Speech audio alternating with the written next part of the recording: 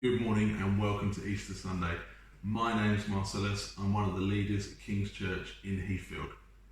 I'm talking to you on Easter Sunday, the morning of the Christian calendar, the morning where Christians celebrate Jesus' resurrection.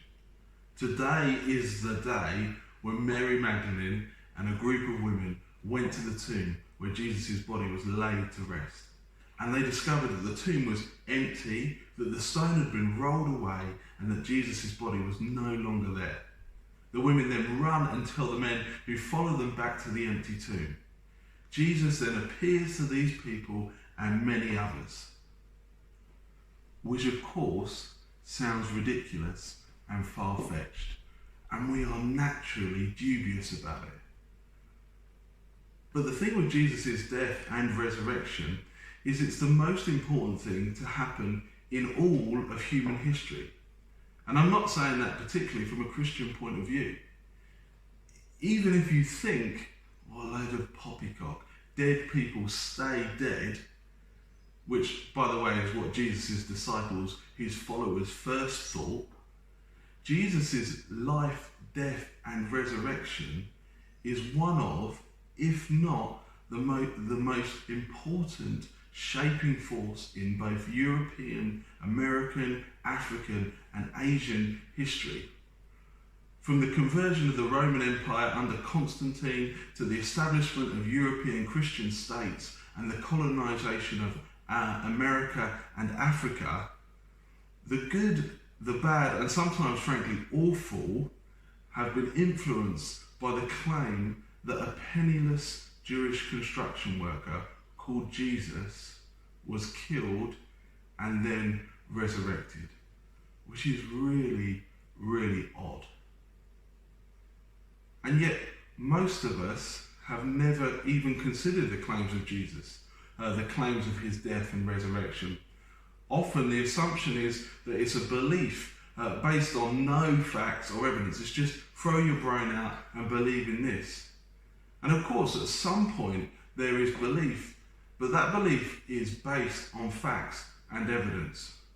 So this Easter, I just want to give you one bit of evidence that I believe points to the truth of the resurrection. And it's as simple as this. I think Jesus was resurrected because people were willing to die for it. Of the 11 remaining disciples, 10 of them were killed for claiming that Jesus was resurrected from the dead. Now I understand that people lie and cheat and manipulate for money or power, but they don't do that to the point of death. Because if money and power are the motivation for all the disciples to make up this grand lie, it makes no sense to die for that lie. You don't get to take your cash with you. And frankly, there wasn't that much money or power floating around then. It was more persecution and pain is what you got for insisting that Jesus was resurrected. This makes me think that the disciples who are willing to die are motivated by something not in this world. Not that being willing to die for something that's not in this world makes it true. The 9/11 terrorists were very much willing to kill and die for their own beliefs. But what I find really compelling about the disciples being willing to die is that they were friends with Jesus. They actually knew him. They lived with him. They spent time with him. They weren't dying for like a great scheme or a great idea or a great ideology. They were being killed because they claimed that their friend had risen from the dead. He'd been killed and then resurrected. So if they knew Jesus wasn't resurrected, they would presumably have assumed that he'd tricked them and therefore not get themselves killed. And I think we need to not imagine that because this happened a long time ago, everyone's basically naive and stupid. Luke's account of the gospel, it's what I love about the Bible, it's so real. Luke's account of the gospel says that when the women came back, who'd been to the tomb, they told the other disciples, And the other disciples says they did not believe the women because their words seemed to them like nonsense, which just rings true, doesn't it? You've seen Jesus die, you've seen his body put in a tomb, and then these women come and they say, well, Jesus is alive. You think, wow, it's got to be nonsense. And we know famously of doubting Thomas, who says that I'm not going to believe unless I can physically put my hands into the nail marks. That's when I'll believe that Jesus is resurrected. Paul, another Christian leader, he's preaching a few decades after this, and he's preaching in Athens, and he gets laughed off the stage when he talks about resurrection. You know, ancient people weren't naive and silly. In fact, they were far more familiar with death than us. And yet, so I don't think the disciples have been tricked. And yet they all died claiming the resurrection. And one of those who died was James. Now James is really interesting because James is Jesus' half-brother. And he believes what Jesus says to the point that he's willing to die for it. And James hadn't even believed Jesus when Jesus was alive. The Bible tells us in Mark that James and the rest of Jesus' family, and I'm reading now, went to take charge of him, for they said he is out of his mind.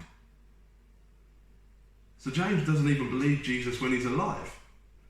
But the next time that we see James in the Bible, Jesus' half-brother, who tried to have him sectioned, James is praying in an upper room to Jesus. James then leads a church. James writes letters to encourage other churches before finally James is killed, saying that Jesus, his half-brother, was the Son of God and resurrected from the dead. What exactly do you have to see to go from thinking that your half-brother's mad to believing that he's the Son of God and that he's been resurrected from the dead?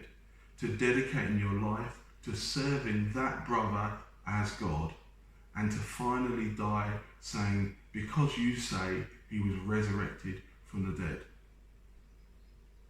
I think you need to see Jesus resurrected from the dead to make that change.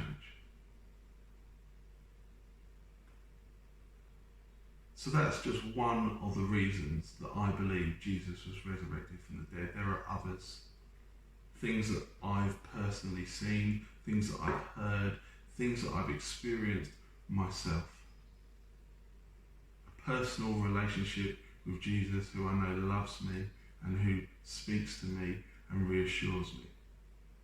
And if Jesus was resurrected from the dead, that changes literally everything in this life and the next. And so all I would encourage you to do this morning is to investigate this massive claim about Jesus, his death and his resurrection. Take a minute. It's Easter after all. Now's the time to do it. Take a minute and speak to him. Pray. Ask him to speak to you. If you need help doing that, you think, I wouldn't know where to start, have a look at our website, contact us on Facebook, or even just give us a call on the phone. We'd love to help you investigate the claims of Jesus. I just want to pray for you, bless you and your family, and then I'll say goodbye. Lord, I pray that you would bless the people listening to this.